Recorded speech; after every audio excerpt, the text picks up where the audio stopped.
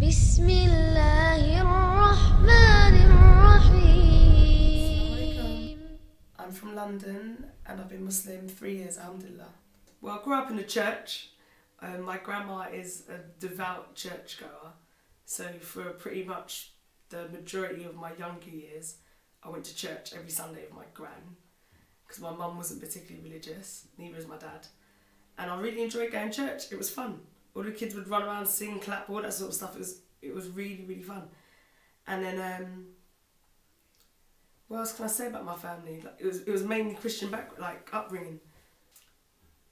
I played football. I love football. I was a tomboy. I was the youngest girl in my family. I thought everyone wanted me to be a boy. So all my uncles, my dad treated me as this little boy that they never had. So I played football. I was very much a tomboy. Wasn't into dollies much, nothing like that. I was much more into the boy things, fighting, watching football, watching Power Rangers, watching all the things all the boys would watch. And then that was it really, nothing really major. I went to a church thing in primary school and was very much involved in the whole church aspect of it all, you know, taking your, doing your confirmation so you can take Holy Communion. I was in all the school plays, you know, played football and really just enjoyed it. I mean, I had no problems at primary school, literally none whatsoever. It was really, really, really positive. And you know, that's what kind of pushed me towards trying to do well at secondary school. When I left primary school, I went to an all-girls secondary school, which was a great idea at the time, because, you know, keep you away from this distraction of boys, as it were.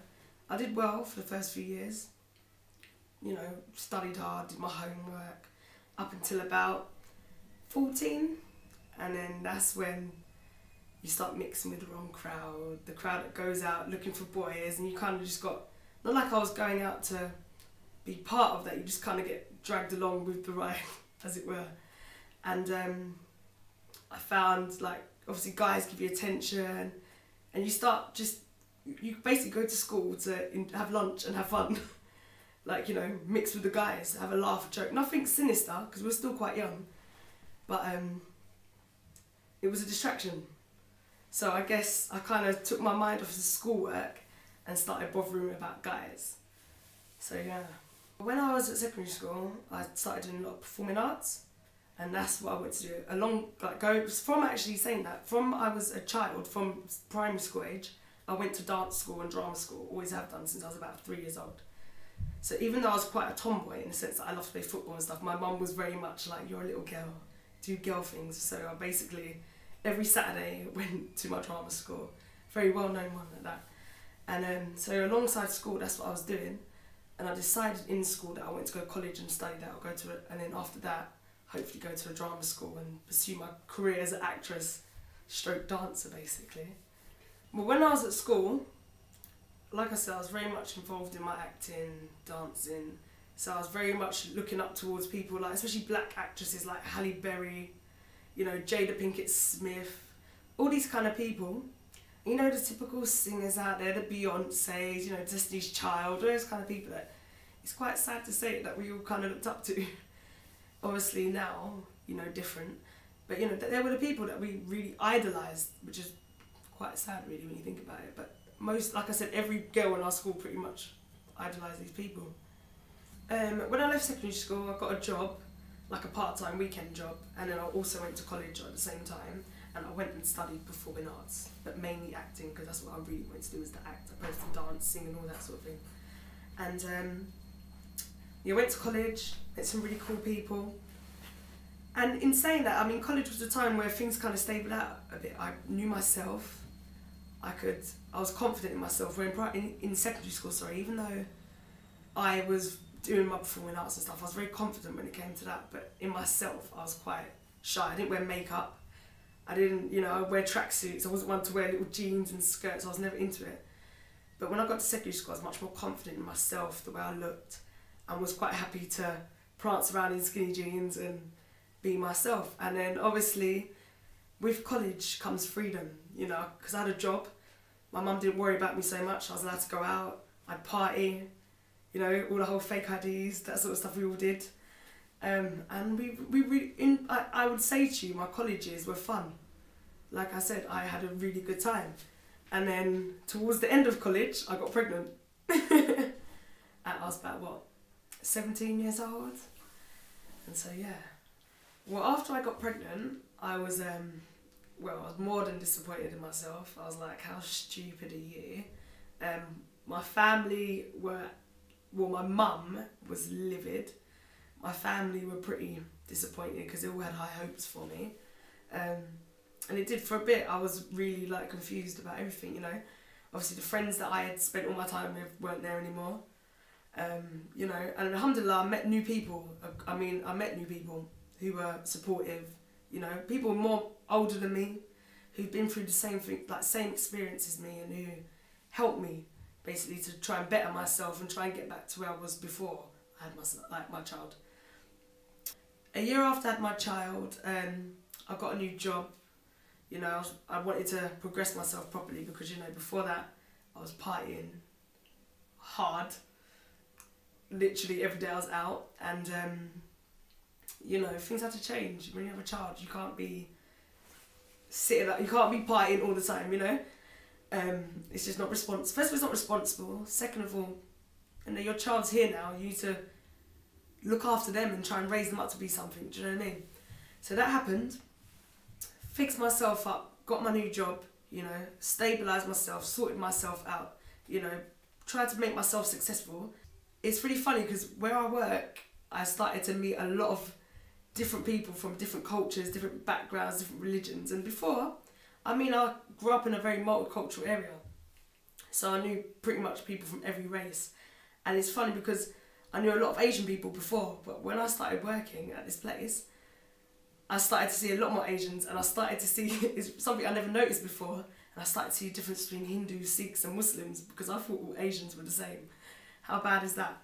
And basically, being in that environment, especially around a lot of Muslims, you start to, you know, ask questions. I was really curious, because you'd be sitting there chatting to like a girl, just laughing, joking, and next thing you know, she's like, I've got to go and pray. I'm like, what? So I remember thinking, what is all this all about? These people, especially like these people I work with, every like couple times during our shifts, they'll be going off to pray. So from that, I remember approaching a brother. And it's funny because I always remember this brother being just a cool guy. He never really talked to anyone. Not like anyone, but I noticed he never really talked to the girls much. And I remember saying to him, like, why don't you talk to no one? And I remember him saying to me, oh, you know, it's not my sort of thing, you know. I was like, what do you mean? He's like, I'm a Muslim. I don't like to, you know, mix with, you know, females. And I was thinking, what is this guy on? And I remember saying to him, nah, this is strange. You're a good-looking guy. What is going on? All the girls in this place seem to love you, but you just don't seem to care. And I remember one day, I probably saw him about a week or two later. I think he went on leave or something, and he gave me a book. And I believe, I can't remember the exact title of the book, but it's like a brief illustrated guide or something to Islam. I cannot remember the name of the book, I have to remember it, but it was basically a thin book about like the science behind Islam, the Quran and everything. And I remember reading that thinking, my gosh, this makes sense. And it sounds really cliche, but it really, really, like, I don't know, it touched me in a way. I think just knowing the scientificness of it all really struck a chord with me. So maybe after about a week or so, I bumped into him again. I was like, oh, you need to give me another book. And in the end, he gave me his number and said to me, if you need any more books, just give me a text and I'll bring some in. And every like few days, I was texting him saying, bring me another book, bring me another book. And then one day, I didn't even text him. I remember just being at work, he comes up to me with his blue plastic bag full of books, and it had a massive Quran in it, which I still have to this day. And I remember it, I remember it clearly, just picking it up and reading like the Surah Al-Fatiha and going, subhanAllah, thinking to myself, wow. This is the weirdest thing, I can't even explain it. Like, my heart completely changed. And I remember saying to him, I want to take my Shahada. About 2-3 days later. And he was like, what? I was at work, and I was like, no, I want to take my Shahada. So he literally grabbed up a few Muslims from work, and there I was in our staff room taking my Shahada. It was like the strangest thing ever. And then 3 years later, here I am. Well, after I took my Shahada, like, I had this immense feeling of happiness and just felt so just so happy and elated that I'd felt something and it felt right. But then as you start to, obviously, you know, when I was reading about Islam, I learned about, you know, the basics of it all. But then obviously I had to learn about, you know, things like hijab, not free mixing, the things that I basically, obviously I was used to walking around in the summer. I was never one to walk around in, you know, shorts and a vest top, but things like just wearing a pair of jeans and a t-shirt in the summer, things that were normal to me, and I realised, wow, I've actually got to cover up now. You know, when it's like, I remember my first Ramadan, it was hot, I'm wearing my hijab and I'm thinking, oh my gosh, no one warned me about this. But I think that was originally, for the first year of me being a Muslim, I didn't cover. And for me, it was just about learning about Islam and trying to, you know, get as much knowledge as possible and learn how to pray. The main things at the start I think was important for me to learn. And then I remember one day, I had a friend here with me, and she obviously was wearing her hijab and a jilbab, and she said, why don't you try it? And I was like, oh, okay, I'll try it. And it was the first Ramadan, and I put it on. I put on just a little pashmina, wrapped it round, and a pair of like loose linen trousers that I could find, and like a cardigan. And I went out on the street for the first time in hijab, and I was like, oh my gosh, I can't even explain it. I had nerves. It was probably the most scariest thing I'd ever done in my whole life. I can't even explain it to you. And then that moment I went out, I saw every single person I could possibly see. I even bumped into my own grandmother with me wearing hijab. Remember, she's a Christian. And then after that day, I never took the hijab off. It was just like, well, I've seen pretty much everyone I know now, out of chance, as it were. Maybe it was Allah's way of making it easy for me. And that was it for me.